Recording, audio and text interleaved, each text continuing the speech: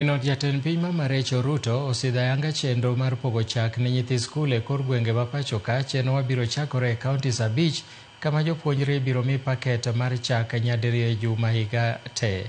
E kinde sidho ayanga chenro no e skul primar ma Bondo Kosiemo e kar chung' od bura ma Nyatike e kaunti ma Migori, Mama Rachel Ruto nokwayo jood bura mondo oket mbele som nyithindo kendo giket tenge omenda makore lach e bajet masiro chenro mamiyo jopuonjre chiemo e skunde. Jotelo manoyuoro e kinde yango chenro no owacho ni chenro no biro konyo e miyo nyithindo bedo gi ngima maber, ka bende obiro ting'o malo sekta mar chak e kaunti no. Education is the sure foundation of a thriving nation. The government guarantees this right for every child through the Ministry of Education's 100% enrollment and retention policy.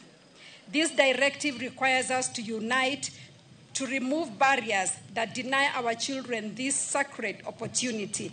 One of such barriers is hunger.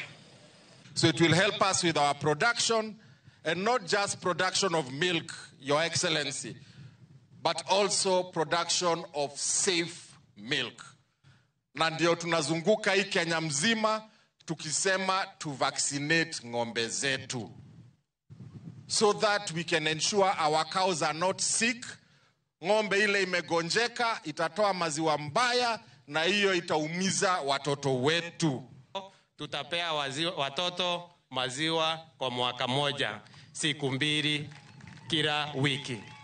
Na ya mwisho, Mheshimiwa First Lady, ukirundi Nairobi, unaweza tualika kama masio ama viongozi wa viwanda ya maziwa ya Kenya, tukae chini tuone vile tunaweza saidia hii programu yako iendelee mbele. That milk is a complete food rich in essentials, nutrients such as calcium, protein, and vitamins, which are very critical for the growth and development of our children.